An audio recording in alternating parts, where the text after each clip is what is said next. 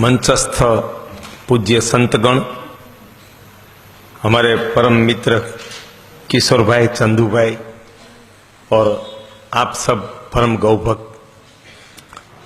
मैं यहाँ गुजरात का ही रहने वाला हूँ, जूनागढ़ के पास खड़पीपली गांव। मैं किसान का बेटा हूँ, तो मुझे याद है ना, उससे पहले भी मैंने बैल चराए हैं। और जब याद है चौथी कक्षा में से, तीसरी कक्षा में से, तब से तो पूरा याद है कि हम स्कूल से छूटकर हर रोज गाय चराने जाते थे। खेत पर जाए तो वहां बैल थे 4, तो उनको भी खेत के पास में जो घास रहता वो चराते थे। पूरी खेतीबाड़ी अपनी जिम्मेदारी पर 30 साल की उम्र तक की है। 16 साल की उम्र में कृषि के हर एक कार्य, उसमें जो बुआई होती है ना, वो सबसे मुश्किल काम है, वो भी मैं कर सकता था। तो ये सब मैं किताब में पढ़ा, 12वीं तक भी पढ़ा नहीं हूं। तो जो मैं यह बात रखने वाला हूं वो ऐसा नहीं है कि मैंने पढ़ा था, किसी की बात सुनी। जो मैं बचपन से जीता आया हूं, जो मैंने काम किया है, उनका वो निचोड़ है। हमारा प्रदेश हरा भरा था, लेकिन पानी जमीन में से उठाते उठाते इतना उठा लिया कि पूरा सौराष्ट्र प्रांत बंजर जैसा हो गया। हजारों गांव में पीने के पानी की समस्या हो गई। कृषि तो बिल्कुल बर्बाद हो गई। हम सोच नहीं सकते थे कि कुएं में पानी खत्म हो सकता है। जब मैं छोटा था, मेरी जवानी में वो हालत हुई, तब मेरे दिल में बहुत दर्द हुआ कि पानी था तो किसान, गांव, गाय, गौवंश, पर्यावरण सब कितना हरा भरा, कितना सुखी था। हमारे एक भी किसान के ऊपर कर्जा नहीं था। जब पानी खत्म हुआ तो किसानों ने नए नए बोर किए। एक बोर में पानी नहीं आया। ये पथरीला हमारा भूतल है, हमारा रेत वाला नहीं है, मिट्टी वाला नहीं है, पथरीला है। 10 में से 1-2 बोर में पानी मिलता है। तो ऐसे बोर करते गए 10 साल में मान लो आधे से ज्यादा किसान कर्जे में डूब गए और पूरी धरती उजड़ हो गई। वो भी मैंने महसूस किया। मैं खुद बैलगाड़ी में 200-200 लीटर के 3 पीप बैरल भर के पानी घर पर लाता था खेत से। वो मैंने खुद नहीं किया है। उसमें से मेरे को एक विचार अंदर से जन्म हुआ। वरना मैं ना पॉलिटिक्स से आज भी नहीं जुड़ा हूं, तो तब तो नहीं जुड़ा होगा। मैं कोई ऐसे साधु नहीं हूं, ना मैं कोई आरएसएस से लेकर एक छोटा युवक मंडल से भी जुड़ा नहीं था। बस एक किसान का बेटा था, गांव में रहता था। और अंदर से सोच आई, मैंने जब गुरु निरंजन वर्मा जी, जब मैं 18 साल का था ना, 16 साल की उम्र में संकल्प किया कि मैं भी अच्छी अच्छी किताब खरीदूंगा और पढ़ूंगा। 18 साल की उम्र में मेरे पास 3 जोड़ी कपड़े थे। मैंने भारतीय संस्कृति की 100 किताब खरीदकर मैंने एक ही साल में पढ़ ली। और दूसरे साल दूसरी 200 खरीद। मेरे पास साइकिल नहीं थी, लेकिन 300 किताब थी और वो मैंने पढ़ ली। 25 साल की उम्र तक में मैंने 300 किताब का गहराई से अध्ययन किया। उस टाइम मैंने चरक संहिता का भी अध्ययन कर लिया।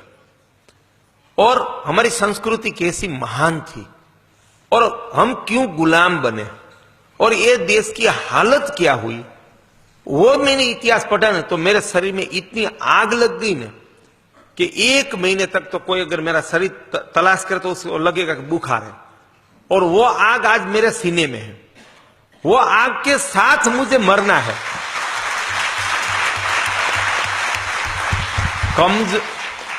कितना भी पढ़ा लिखा आदमी है, अच्छी प्रवचन सुना, किताब पढ़ी, खाना खाया, मजा आया, मनसुख भाई ने अच्छा बोला, गुरुजी ने अच्छा बोला, मोरारी बापू ने अच्छा बोला, बस इससे आगे इस देश की प्रजा का जीवन नहीं है। बराबर? हमारा प्रश्न जो हमारे जीवन का प्रश्न हो, वहां से हमारे परिवार का हो, हमारे उद्योग का हो, हमारे गांव का हो, हमारी संस्कृति का हो, हमारे देश का हो, उसका अगर हमारे हृदय में पीड़ा नहीं हो तो हमें सोचना चाहिए कि हम मनुष्य है या पत्थर है? पत्थर को पीड़ा नहीं होती। अगर हम मनुष्य है तो पीड़ा होनी चाहिए, वर नहीं पीड़ा है तो हम मनुष्य नहीं है। और जो धर्म प्रजा को इतना कमजोर बना दे कि जिसको कोई पीड़ा ना हो, है कि भाई तेरे साथ कुछ आने वाला नहीं है, तू मोक्ष की प्राप्ति के लिए है ना सब छोड़ के भाग जा, बस वो ही भारत की बर्बादी का कारण है ना। हम जीवन से जुड़ के हमने जीवन का त्याग किया, हमने परिवार का त्याग किया, उद्योग का त्याग किया, युद्ध का त्याग किया, शस्त्र का त्याग किया, धन का त्याग किया, संस्कृति का त्याग किया, देश का त्याग किया। मैं नहीं मानता कि वो त्याग करने से ईश्वर मिलता है। कृष्ण ने जीवन के अंत तक कोई चीज का त्याग नहीं किया था, राम ने जीवन के अंत तक कोई चीज का त्याग नहीं किया था। तो उसकी हम पूजा करते हैं और हम सब चीज छोड़ रहे हैं। उसमें से हमारी कार्य शक्ति का नाश हुआ, हमारी इच्छा शक्ति का नाश हुआ, हमारे पुरुषार्थ का नाश हुआ, हमारा जुड़ाव पूरी संस्कृति से मिट गया, हमारा जुड़ाव राष्ट्र से मिट गया। जब वो मैं समझ सका किताबों में से, तब एक ही लाइन गुरुजी पकड़ी कि मेरे ये विधर्मी विदेश से आए, क्यों इस देश में एक व्यक्ति ऐसा नहीं था कि हम उसको पूरा का पूरा मिटा देंगे, जो हमारे राष्ट्र के सामने देखेंगे, हमारी संस्कृति को मिटाने की कोशिश करेंगे, हमारे धर्म को मिटाने की कोशिश करेंगे, उसको हम जड़ से उखाड़ देंगे, उसको मिटा देंगे। तब एक किसान के बेटे की हैसियत से कोई मेरा मार्गदर्शक नहीं था, फिर भी मैंने अंदर से संकल्प कर लिया कि मैं छोटा आदमी हूं, लेकिन मेरे जीवन में जो प्रश्न आएगा ना, उसको मैं जड़ से उखाड़ के फेंक दूंगा। मैं थोड़ा सा काम नहीं करूंगा कि बस जरा सा कर दिया, बस बाद में उसका बाजा बजाते रहो, नहीं, मैं प्रश्न को जड़ से उखाड़ दूंगा। मेरी कोई हैसियत नहीं थी, मैं 6 एकड़ भूमि का किसान का बेटा हूं और मैंने लालटेन की लाइट में मैंने 10वीं पास की है। मेरे घर में साइकिल नहीं थी, वो मेरी स्थिति थी। तब उसमें से मैं थोड़ा ठीक हुआ, एक जॉब कर रहा था गवर्नमेंट की, छोटी सी, वो भी किराए के मकान में रहता था। तब वो इतिहास पढ़कर तब मेरे अंदर से एक विचार आया कि टैंकर आए, रोजगारी खुले गवर्नमेंट की ओर से, वो उपाय नहीं है। बोरिंग कर रहे हो, वो जल समस्या का उपाय नहीं है। हर एक जहां जल समस्या है, चाहे वो एक गांव में हो या राष्ट्र में हो या विश्व में हो, हर एक गांव में 5 से 50 चेक डैम बनाए जाए और जहां संभव हो वहां 1 से 2 तालाब बनाया जाए, तब ये जल समस्या मिट सकती है। लेकिन मैं उनका भाषण करने नहीं गया, मैं एक पास के गांव में गया। तब सरकार, राज्य सरकार और केंद्र सरकार की कोई योजना नहीं थी, हमें अहंकार नहीं है, लेकिन वास्तविकता यह है कि देश के कोई मुख्य चीफ मिनिस्टर या कोई नेता के गांव में एक लाइन में 3 चेक डैम बने नहीं थे। तब मेरे जैसे छोटे एक किसान के बेटे ने संकल्प लिया और जूनागढ़ के पास जाम का गांव, वहां हमने 51 बांध प्रजा के पैसे से और श्रमदान से बनाने का गांव वालों को मैंने संकल्प दिलवाया। लेकिन यह काम सलाह से नहीं होता, मैं किसी की निंदा नहीं कर रहा हूं, लेकिन हमारी वास्तविकता क्या है। हमारे देश में मेरे जैसे लाखों समाज सेवक है, 60 लाख, मैंने ऐसा सुना है, 60 लाख साधु महात्मा है।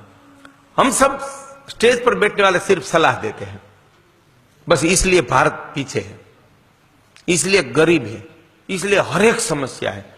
जब हम काम करना शुरू कर देंगे ना, तभी भारत और भारतीय संस्कृति खड़ी होगी। तो मेरी एक प्रार्थना है कि आप तालियां मत बजाओ, कंटिन्यू सुनो। कि बाद में मैंने क्या किया कि गांव वालों को बोला कि 11,000 चंदा, तब 25,000 रुपया जमीन की 1 बीघा की कीमत थी और 50,000 उधारी का दे दिया। गांव वाले चौंक गए। बुजुर्ग बोले कि एक बाहर गांव का लड़का 2 बीघा जमीन का पैसा रखता है, तो अब तो हमें मर जाना चाहिए अगर हम फंड ना निकाले तो। सारे गांव के 100% किसान, मजदूर, गोपालक, कारीगर, शिक्षक, मंदिर का पुजारी, 100% प्रजा ने अपने घर में से चंदा निकाला और 200 लोग श्रमदान में आ गए। और हमने सिर्फ 10 लाख का खर्चा, जब गवर्नमेंट का एक चेक डैम 2 लाख से 15 लाख में बनता था, उसकी ही साइज का और उससे भी ज्यादा ऊंचाई वाला, गवर्नमेंट के चेक डैम 2 मीटर के ही बनते थे, हमने 4 मीटर तक की ऊंचाई का चेक डैम नदी नाले में 10 लाख रुपया में हमने 51 बांध बनाए। 10,000 मानव दिन का गांव लोगों ने 4 महीने में श्रमदान किया। वो हमें सबसे, ये राष्ट्र को प्रेरणादायक है, विश्व को, कि हम दूसरों के ऊपर डालते हैं कि कोई धनवान हमारा प्रश्न का उकेल ला दे, कोई महात्मा जी ला दे, सरकार ला दे, वो ला दे, बस हम ऐसे प्रजा को कमजोर कर रहे हैं। तो मैंने बोला कि नहीं, हम ही खड़े हो, हम ये काम करेंगे।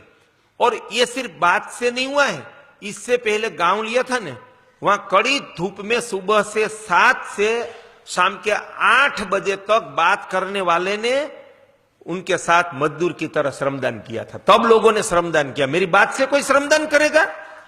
मैं बता दूं कोई श्रमदान करेगा कि श्रमदान करो?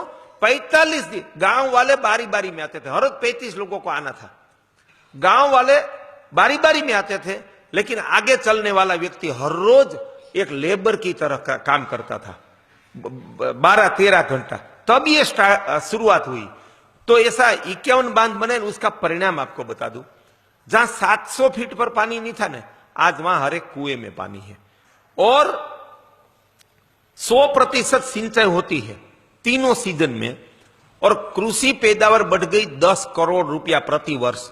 10 लाख का खर्चा, 10 करोड़ की कृषि उत्पादन में वृद्धि हुई। घास चारा 2 गुना हो गया, मानव रोजगारी 2 गुनी हो गई। आज आप आके वहां जाम का जूनागढ़ से 20 किलोमीटर है। आप एक बार, मेरी प्रार्थना है कि एक बार आप वहां आइए। अगर गुरुजी चाहे तो वहां हम एक सेमिनार करेंगे, हम सब आयोजन करेंगे, बराबर। तो वहां आज देखो, किसान गरीब नहीं है, कोई किसान आत्महत्या करता नहीं है, एक भी गाय दुखी नहीं है, एक पक्षी भी दुखी नहीं है। हरी भरी कृषि हो गई, पर्यावरण इतना 60,000 वृक्ष है गांव में, 350 प्रकार के 60,000। फॉरेस्ट वालों ने आके गिनती की, 360 प्रकार के वृक्ष एक ही गांव में, और 59,000 वृक्ष है गांव में। इतना परिणाम मिला, मैंने अपना जीवन उसमें समर्पित कर दिया। तब मेरे को आजादी की लड़ाई और आरएसएस याद आया कि आजादी की लड़ाई में 6 लाख लोगों ने अपने प्राण का बलिदान दे दिया। मैं अपने देश के लिए 2 साल नहीं दे सकता। तो अब संकल्प किया कि मैं 2 साल, जब मेरा बेटा पहली में पढ़ता था, मेरी धर्मपत्नी को भी मैं काम करने के लिए ले गया था, मजदूरी करने के लिए गांव में, बराबर। तब वो गांव की 50-50 महिला आती थी कि मनसुख भाई के धर्मपत्नी आते तो चलो हम भी श्रमदान करेंगे। बस मैं इतना सीखा हूं इसमें से कि जो काम हम करेंगे ना, वो लोग करेंगे। मैं बात करूंगा तो 3 लोग भी काम नहीं करेंगे, लेकिन हम काम करेंगे, हम आचरण करेंगे, तो शायद ऐसा हो सकता है कि एक गांव से लेकर सारा देश वो मार्ग पर चल पड़ेगा। लेकिन हमारा आचरण होना चाहिए, हमारी निष्ठा होनी चाहिए, हमारा समर्पण होना चाहिए। ऐसे मेरा जीवन उसमें दे दिया, और 5 साल तक मैंने खुद ने गांव गांव में मजदूरी की है, सुबह से शाम तक, और रात में दूसरे गांव के साथ। एक ही नाली, इस साइड में एक गांव है, दूसरी साइड में दूसरा, ये गांव वाले दिन को काम करे, ये रात को। तो ऐसे 5 साल तक मजदूरी की, और 300 गांव में 3,000 बांध बनवाए। गुजरात को नहीं, सारे देश को और विश्व को ये योजना मिली, उसके मूल में गांव के लोग हैं। वो शक्ति सामान्य लोगों में पड़ी है। अगर हम उसको एकत्रित करें, उसको जागरूक करें और उसको कार्यरत करें, तो जल, हमारे यहाँ सच्चिदानंद स्वामी है, उन्होंने जानकार आकर इस अभियान को 10वीं 5वीं क्रांति, जल क्रांति, और मेरे जैसे किसान के बेटों को बोला कि जल क्रांति का प्रणेता है, और गांव को जल क्रांति की जन्मभूमि घोषित किया। वो काम करते करते मेरी नजर गाय पर गई कि गांव गांव में गाय का धन, जो गोधन छूटता था, यहां धन बोलते गुजराती में, वो तो लुप्त हो गया, और जितनी गाय गांव में थोड़ी सी बची उतनी अनाथ थी। तो मैंने सीधी गौ सेवा शुरू नहीं की। आप जो बाहर से आए वो समझ लो, द्वारिका से सोमनाथ तक के इस प्रदेश की हम प्रजा कृष्ण को बहुत मानते हैं, हम गौ भक्त हैं। गांव गांव में अनाथ गायों की गौशाला तो आज से 40 साल पहले हम कर चुके थे, लेकिन वो गाय बचाने का रास्ता नहीं है, वो तो सिर्फ अनाथ आश्रम है। मान लो हम गरीब हो गए, तो गांव गांव में एक 5 स्टार अनाथ आश्रम ये पटेल समाज जैसा बना दे, और जिसको खाना नहीं है, रोजगारी नहीं है, वो यहाँ आकर रहे, 3 टाइम खाना खाए, कपड़े देंगे, दवाई देंगे, और बनाने वाला बोलेगा देखो ये मैंने बनवाया है। तो उसमें से नागरिक खड़ा होगा, उसमें से भारत खड़ा होगा? कभी नहीं होगा। इतनी धरातल से मैं समझ सका। तो मैं वो जो सारे भारत में चल रही थी ना, वो गौ सेवा के रास्ते पर नहीं चला। बाद में मैंने 4 वेद खरीदे, उनका अध्ययन किया, उसमें से गो विज्ञान जितना था, फिर से चरक संहिता, सुश्रुत संहिता लाया, उसमें से गो विज्ञान जाना, आयुर्वेद के डॉक्टरों को मिला और साधु महात्माओं को मिला, उनके पास जानकारी थी। और काम करने से पहले 1000 गांव का सर्वे किया कि देसी गाय का नाश क्यों हुआ है। आज हम भावुक हो जाते हैं और सीधा कोई भी काम शुरू कर देते हैं, इसलिए परिणाम नहीं है। भारत जितना डोनेशन दुनिया में कोई जगह दिया नहीं जाता। भारत में जितने समाज सेवक है इतने विश्व में कोई जगह नहीं है। फिर भी समस्या के नीचे हम क्यों दबे हैं? क्योंकि हम ना कोई अभ्यास करते हैं, ना हमारी सही दिशा है। तो मैंने 1000 गांव का 3 साल में पहला सर्वे किया और जो मैंने सत्य निकाला वो आपके सामने रखता हूं। भारत में गाय का नाश हुआ, उसका पहला कारण मेरे को यह लगा कि जो हमारे देश में 6500 विद्यापीठ थी, विधर्मी विदेशी शासन आया और विद्यापीठों को नष्ट कर दिया गया, शास्त्र को जला दिया गया, भारत की प्रजा अनपढ़ हो गई। बाद में अंग्रेजी शिक्षा आई, उसमें बाल मंदिर से लेकर पीएचडी तक में गाय का ग नहीं आता है, दूध का द नहीं आता है। वो गाय के विनाश का पहला कारण है कि शिक्षा में कोई गाय की बात, वो विज्ञान, गाय के दूध के बारे में हम सब अपनी आत्मा को पूछे, जितना भी हम पढ़े हैं गाय के दूध के बारे में एक लाइन पढ़ने में आई है? इतना तक गाय को 4 पांव है, 2 सींग है, और वो तो जंगल का आदमी भी जानता है, वो पढ़ाने की क्या आवश्यकता है? गाय का क्या गुण है, गाय का क्या फायदा है, वो कोई जगह आज बाल मंदिर से पीएचडी तक आज भी नहीं है। भारत में गाय के विनाश का प्रधान कारण वो मेरे समझ में आया कि वो है।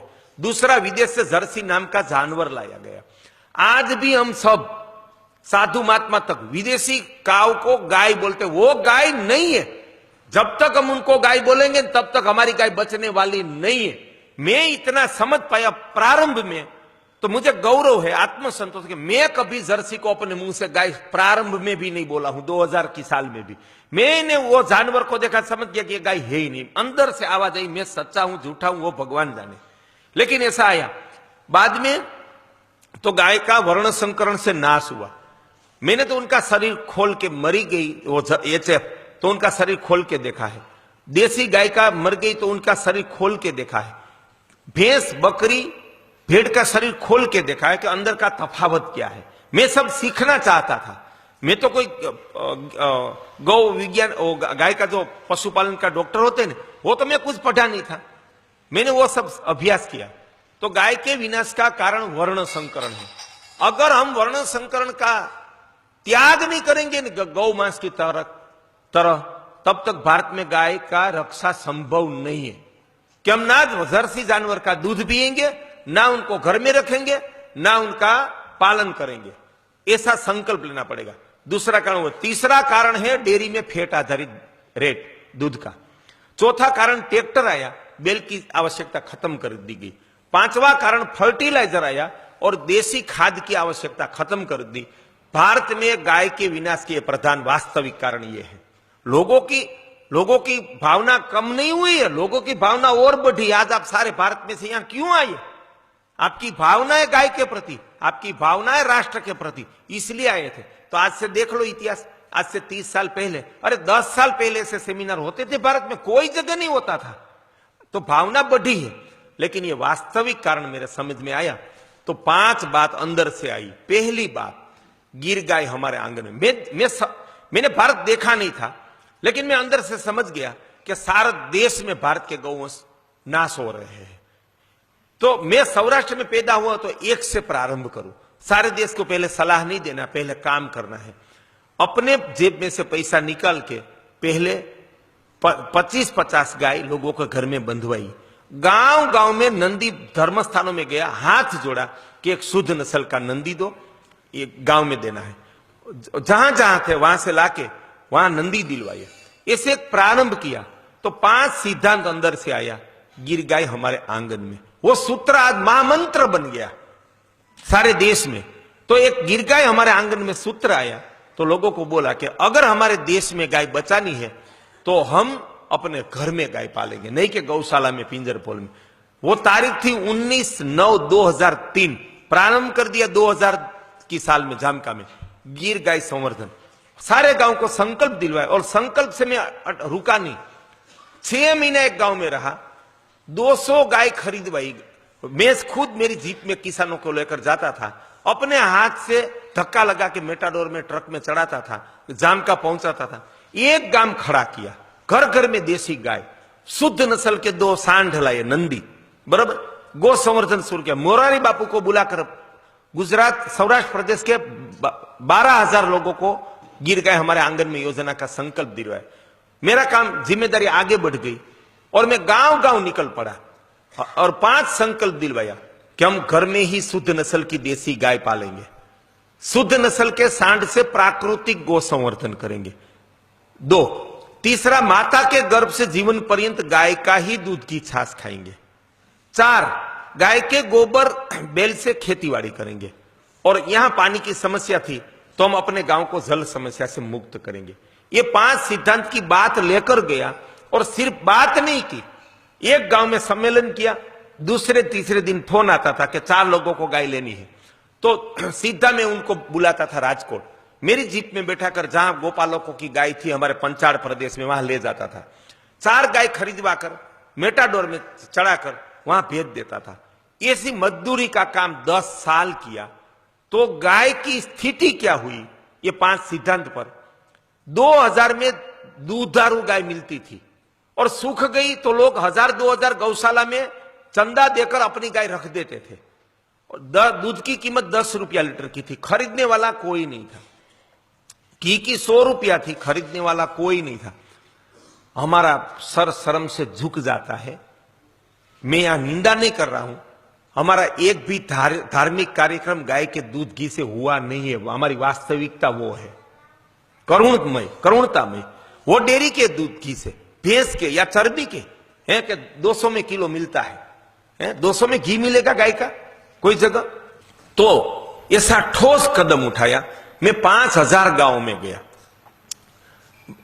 तो 2000 की गाय की कीमत आज 50,000 से 1 लाख हो गई। घी की कीमत 1000 से 1500 हो गई। दूध की कीमत 50 रुपया तहसील में और जिला मथक में 60 से 70 रुपया हो गई। गाय अपने घर में पालने में लोग गौरव मानने लगे। मजदूर गाय पालते।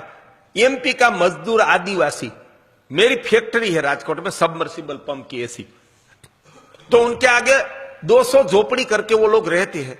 आज आके देख लो, वहां भी गिर गाय है झोपड़े में। वहां से लेकर जो 5000 करोड़ का मालिक है ना गुजरात में, उनके भी फार्म में गाय है। इतना परिवर्तन आया। हमें सबका साथ मिला, किसानों का सबसे पहले मिला, साधु संतों का दूसरे मिला, कि सब साधु संत जाग गए कि भाई अब हमें अपने आश्रम में भी गाय रखनी। हमारी परंपरा थी, मुझे जैनों ने भी बताया, हमारे हर एक देरासर में गाय थी और गाय के दूध का ही वो उनको जो भोग धराते या अभिषेक करते थे, उसमें महात्मा जी बेल की जो मिट्टी गोरज वो फर्जियात है डालना। उसके बाद भगवान का अभिषेक होता है जैन देरासर में भी। इतनी हमारी परंपरा थी। देरासर में से तो गाय निकल गई, हमारे बहुत सारे मंदिर में से भी गाय नहीं थी। वो हालत होगी, बस कंस्ट्रक्शन, बांधकाम, भवन बनाते चले, गौशाला नहीं थी। तो आज जागृति गुजरात में आ गई। लगभग मान लो जहां जगह है ना, वो सभी मंदिरों में, मठों में आज गौशाला हो गई है। वो परिवर्तन आया। गाय का मूल्य इतना, 100 रुपये ट्रैक्टर की ट्रॉली देसी गाय का गोबर। गौशाला वाला मुझे हाथ जोड़ते थे कि 100 रुपये ट्रैक्टर की ट्रॉली। आप किसान को पहचानते, राजकोट में ही गौशाला वाले बोलते थे, श्री जी गौशाला वाले सब, कि किसी को बोलो ने गोवर्धन गौशाला वाले।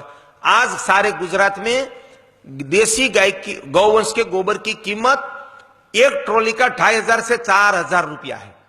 इतनी परिवर्तन आ गया। और तो गाय का दूध, घी और गोबर का मूल्य सोने के समान हो गया, गिर गाय का सोने के समान हो गया। बाद में कांकरेज गाय की मैंने जिम्मेदारी उठाई और पिछले जनवरी में 1 साल पहले, बराबर ये टाइम से 1 साल पहले, अंबाजी से कच्छ कोटेश्वर तक कांकरेज गाय हमारे आंगन में यात्रा निकाली और 40 सम्मेलन करके 2000 गांव को संकल्प दिलवाया। और आज कांकरेज शिवजी भाई शाह की गौशाला में से एक किसान 1 लाख में कांकरेज गाय ले गया जो 5,000 में मिलती थी। इतना परिवर्तन 1 साल में कांकरेज में आया। गिर गाय का थोड़ी बात बीच में रह गई बता दूं, शुद्ध नस्ल की गाय सिर्फ 5,000 बची थी, वो भी किताब में या सरकारी आंकड़े में नहीं।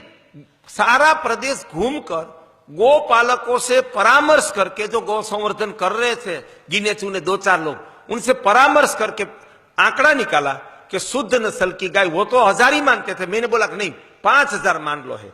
5,000 थी। तब एक किसान ने, बेटे ने संकल्प लिया कि मैं 10 लाख शुद्ध नस्ल की गिर गाय देखकर ही मरूंगा। और 500 गांवों के लोगों को लेकर गिरनार की परिक्रमा की और वहां हमने 10 लाख गिर गाय निर्माण का संकल्प लिया। अब कांकरेज गाय 11 लाख का संकल्प लिया इसमें। और बाद में 2004 में गाय आधारित कृषि का प्रारंभ किया। सैकड़ों गांवों में उनका भी जबरदस्त परिणाम मिला है।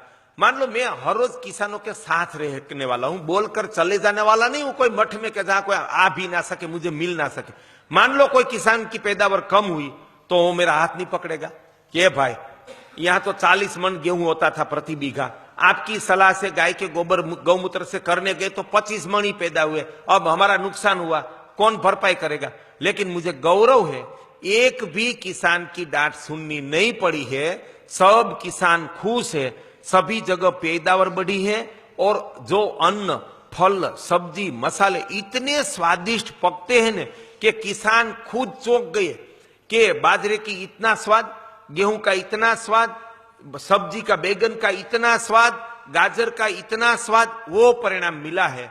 तब मैंने अंदर से, मेरी अंतरात्मा से आवाज आई कि परमात्मा ने मुझे कोई राजनीति के लिए यहां भेजा नहीं है। तीनों भाई की अलग अलग फैक्ट्री है, 2 लाख में से शुरू की थी बिजनेस, वो भी मैंने खेतीबाड़ी की थी, उसमें से पैसा कमाया की थी। आज तीनों भाई की 10-10 बीघा जमीन में स्वतंत्र फैक्ट्री है। मैं फ्लोटेक सबमर्सिबल कंपनी का एमडी हूं, सारे देश में मेरा व्यापार है। फिर भी मैं मानता हूं कि परमात्मा ने मुझे यहां धन के लिए, उपार्जन के लिए भेजा नहीं है, राजनीति के लिए भेजा नहीं है, इस देश का जल बचाने और इस देश की गाय बचाने के लिए भेजा है। तो अब मेरा संकल्प यह है, और मैं 12वीं तक पढ़ा नहीं हूं, फिर भी गाय के विषय पर यह कांकरेज गाय की किताब या आरोग्यदाता देसी गाय और गाय आधारित कृषि, और मैंने धीरे धीरे अध्ययन करते। आज तकलीफ क्या है, ऑफिस में बैठे पढ़ा लिखा आदमी ऑफिस में बैठा बैठा गाय ऊपर, कृषि ऊपर, कोई भी विषय ऊपर किताब लिख देता है। उन्होंने बहुत नुकसान किया है और मैं किसी की निंदा नहीं कर रहा हूं। राष्ट्रीय पद लिए हुए लोग को अगर गाय के सामने खड़ा रखकर बोले कि उसके पूंछ की विशेषता बताओ, तो वो नहीं बता पाएंगे। ये देश का दुर्भाग्य है। हम सबको धरातल में जाना है, वहां हमें मजदूरी करनी है, हमें पुरुषार्थ करना है, तभी गाय बचेगी, तभी भारत आगे होगा जाएगा। और वो मैंने किया है, मैं तो किसान का बेटा हूं। तो ये काम मैंने मान लिया कि भगवान ने मुझे इस देश की गाय को बचाने, पानी को बचाने, प्रकृति को बचाने और संस्कृति को बचाने के लिए भेजा है। तो 1 साल के बाद मैं भारत यात्रा में निकलने वाला हूं। ये नवंबर में इस अंदर से संकल्प है कि नवंबर 2017 में निकलना है। 10 महीने तक या 1 साल तक 31 राज्यों में मैं जाऊंगा। ये मेरे साथ 2.5 लाख किताब होगी और 1 लाख जो हमने कार्य किया है उनका वीडियो प्रवचन होगा, कार्य का, नहीं कि सिर्फ भाषणबाजी का। और सारे देश में जो 50 गौवंश लुप्तता की कगार पर जा रहे हैं उनको बचाने का संकल्प है। सारे देश में जल रक्षा हो, भारत की कृषि आबाद हो, गाय आधारित कृषि यहां 12 साल से हम कर रहे हैं, वो सफल हुई है, तो उनका भारत में विस्तार करना है। उसमें आप सबका सहयोग। मैं आज आया तो इतना यहां प्रसन्न हुआ कि ये परमात्मा का संकेत है कि ये जहां सारे भारत के लोग आए हैं वहां पहली बार बोलने का मुझे मौका मिला है। तो आज मेरी बात सारे देश में चली जाएगी कि भी मैं, और उसमें आप सबकी सहायता मिलेगी और उसके मूल में गुरु जी है। तो मैं उनको कोटि कोटि वंदन करता हूं कि आपने मुझे ये अवसर दिया सबके सामने बेटा। आपके गांव में मैं आऊंगा, भारत यात्रा में निकलूंगा तो मैं आपके गांव में आऊंगा। आप सबका एड्रेस मुझे दे देना। आज ये गुजराती में है, उसका हिंदी करके मेरे आने से पहले आपको 5-5 सेट मिल जाएंगे। तो आपको पता चल जाएगा कि हमारी दिशा क्या है, हम क्या करना चाहते हैं। और पहले मैंने एक पन्ना लिखा, बाद में 10 पन्ना। 3 साल काम करने के बाद जन्म से गाय तो थी घर में, फिर भी 1 पन्ना लिखा। बहुत काम करने के बाद, हजारों गाय बंधवाने के बाद 10 पन्ना लिखा। ऐसे करते करते 211 पन्ने का एक ग्रंथ हुआ। उनको मैंने गोवेद नाम नहीं दिया, हमारे निरंजन राज्य गुरु है, भजन में पीएचडी किया, उन्होंने गोवेद नाम दिया कि, और मोरारी बापू ने प्रसन्न होकर उनका विमोचन किया है। वो किताब मेरे पास नहीं है, उनका भी मैं अभी लिख रहा हूं, फिर से उनका भी हिंदी हो जाएगा, तो वो सब मैं लेकर आऊंगा।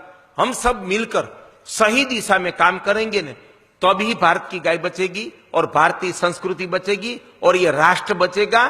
देख लो विदेशियों के कारनामे, देख लो विधर्मियों के कारनामे, वो सब अपना एक कट्टरवादी संप्रदाय को विश्व में स्थापित करने के लिए सबको मारकर भी वो काम कर रहे हैं। तो अगर हम जागरूक होकर हम पुरुषार्थ नहीं किया ने, तो हम कीड़े मकोड़े की तरफ मिट जाएंगे।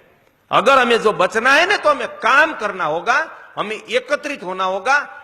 क्यों हम सबसे शक्तिशाली ना हो?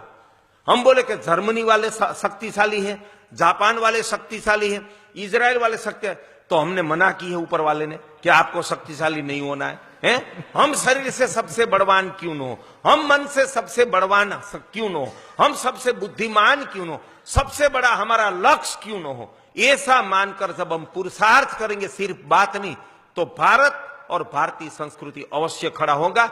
इस दौर पर काम किया तो जो 2-5 गाय बची थी, हमें एक सौभाग्य प्राप्त हुआ कि आज 2 लाख गाय लोगों ने अपने घर में बांध ली है गुजरात में।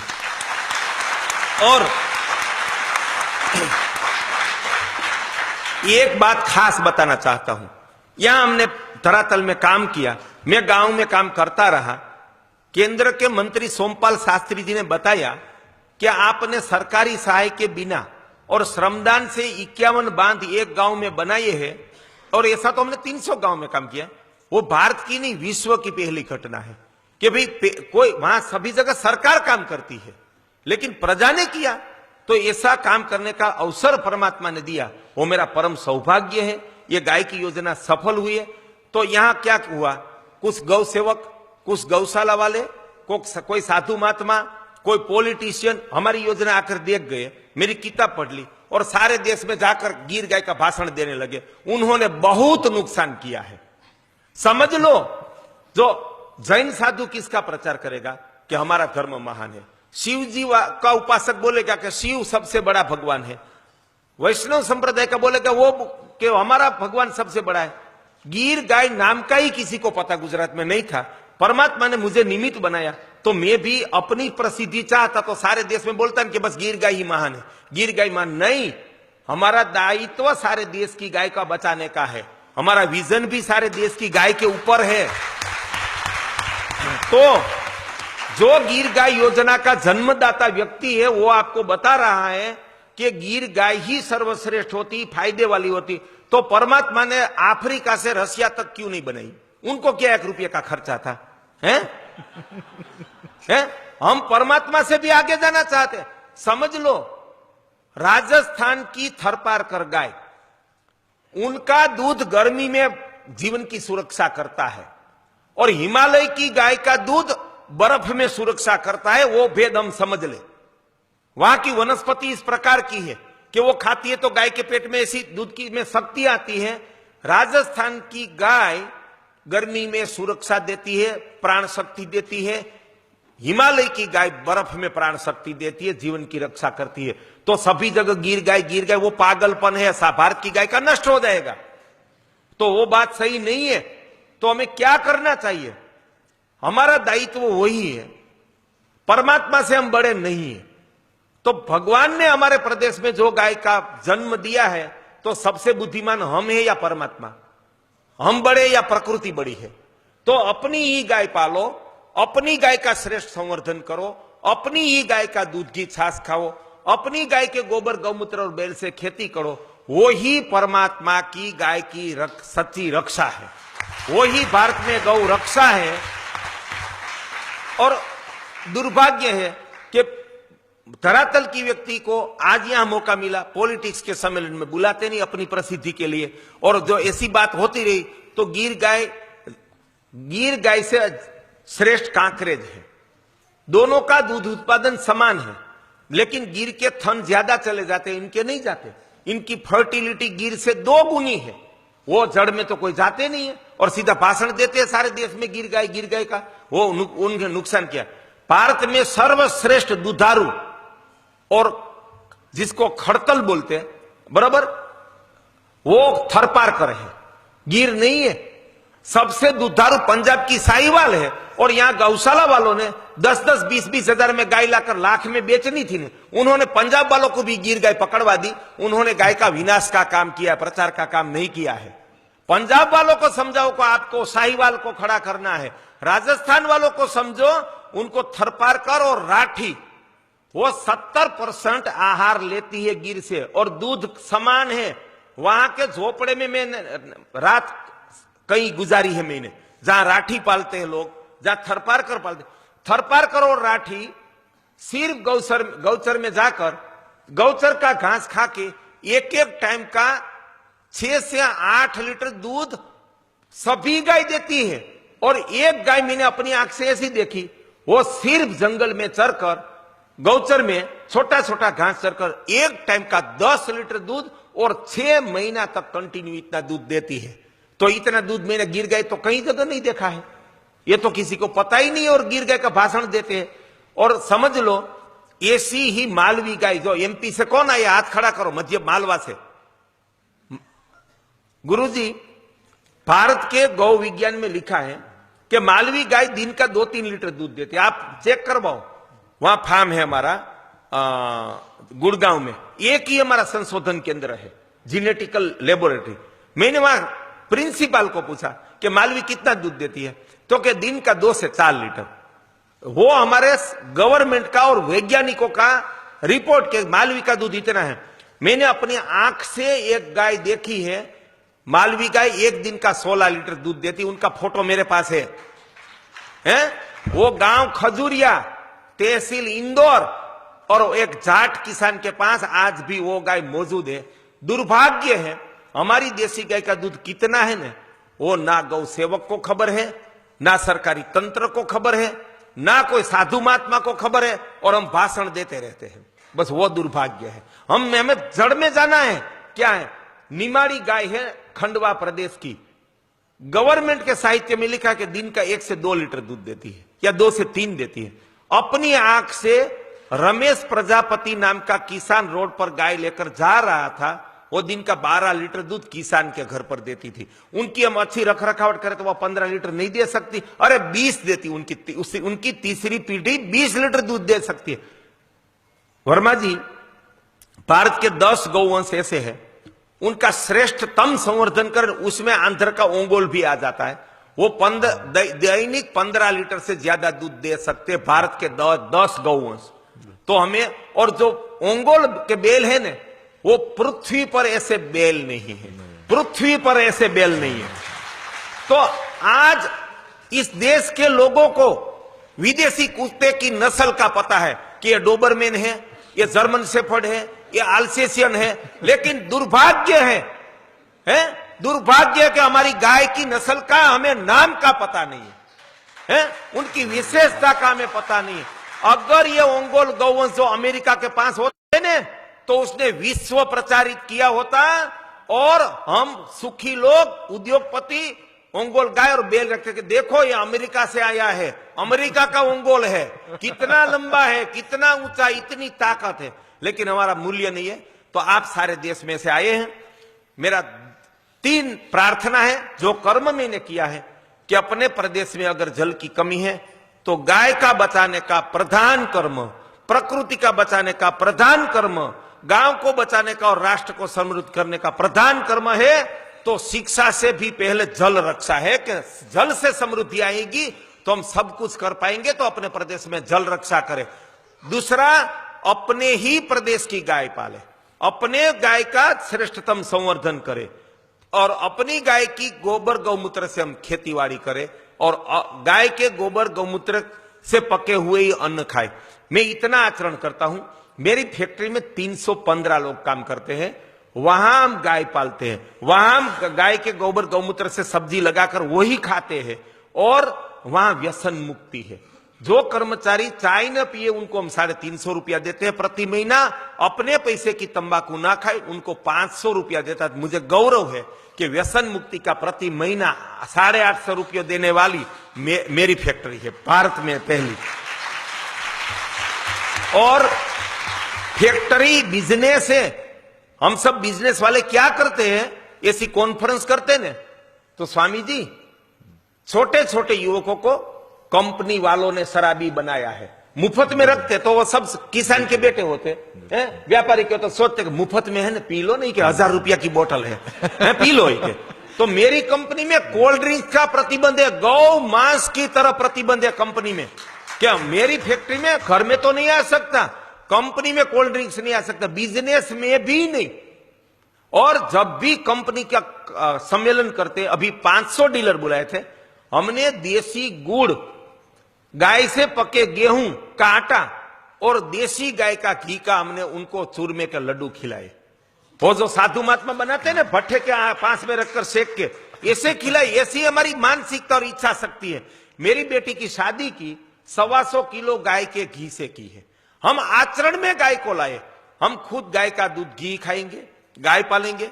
हमारे सभी प्रसंग में गाय का घी, गाय की दूध घी की मिठाई होंगी, कोल्ड ड्रिंक्स नहीं होंगे, व्यसन नहीं होंगे। अगर ऐसा हमने, हमारा 2 तपकाल, हमारी संस्कृति में 12 साल का समय एक तपकाल है, 24 साल अगर हम ऐसे पुरुषार्थ करें तो भारत फिर से विश्व गुरु बन सकता है, सबसे शक्तिशाली और समृद्ध बन सकता है। और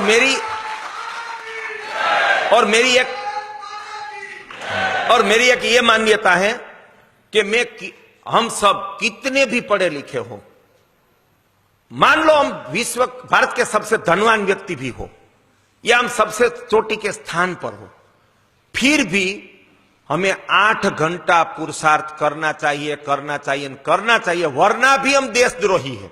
कि मेरे पास पैसा है तो मैं कुछ नहीं करूंगा, मैं कुछ नहीं करूंगा, मैं ऑर्डर करूंगा, पानी लाओ, खाना लाओ, जूते यहां रखो, गाड़ी का दरवाजा खोलो। बस ऐसे लोगों से भारत पीछे है। और वो सेलिब्रिटी नहीं है, इस देश का गोपालक सेलिब्रिटी है, इस देश का किसान सेलिब्रिटी है।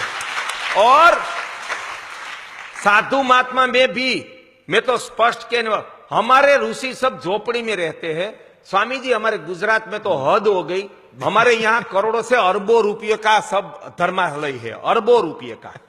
लोग के पास झोपड़ी नहीं है और हमारे धर्मस्थान बड़े बड़े बड़े बनते, अरबों रुपये इकट्ठे करते और किसी भी प्रकार के चलते ही कि लाओ, काला धन है फिर भी लाओ, कोई भी लाओ, कहां से भी लाओ, बराबर। तो ये गलत है। हमारे ऋषि कैसे थे, वो कर्म योगी थे। मैं किसी की सिफारिश करने वाला नहीं हूं और वो मेरा अवमूल्यन है। फिर भी मैं कहता हूं, निरंजन वर्मा जी को बारे में मैंने सुना, मोरबी में देखा, आज ये देखा ना, ये ऋषि कर्म है। हमारे सभी साधु ऐसे बनने चाहिए।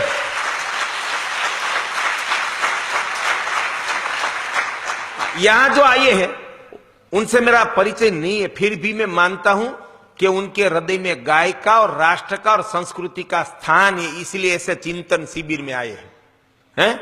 वरना तो समोसा वाले की लाइन में होते हैं कि समोसा खा जाओ समस्या हल हो जाएगी, बराबर।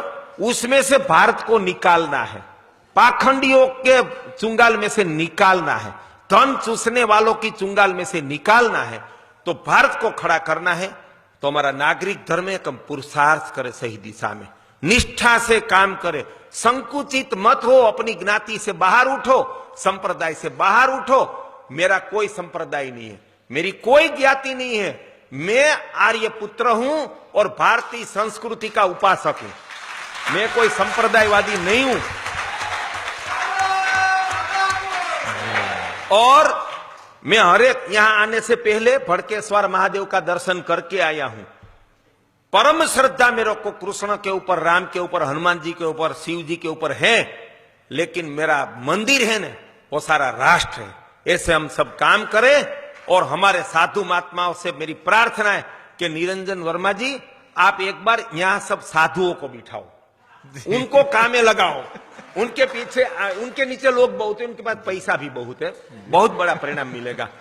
उसमें हम मजदूरी करेंगे, यहाँ सबको खाना भी बनाकर खिलाएंगे, हम मजदूर बन के यहाँ आएंगे अगर आपने साधु महात्माओं का शिविर किया तो मेरी आपसे प्रार्थना है कि भगवान ने इस कार्य के लिए मुझे धरती पर भेजा, ऐसा मैंने स्वीकार कर लिया है। तो ना मेरे 1 में से 5 फैक्ट्री करनी है, ना मेरे को कोई राजकीय स्थान हासिल करना है।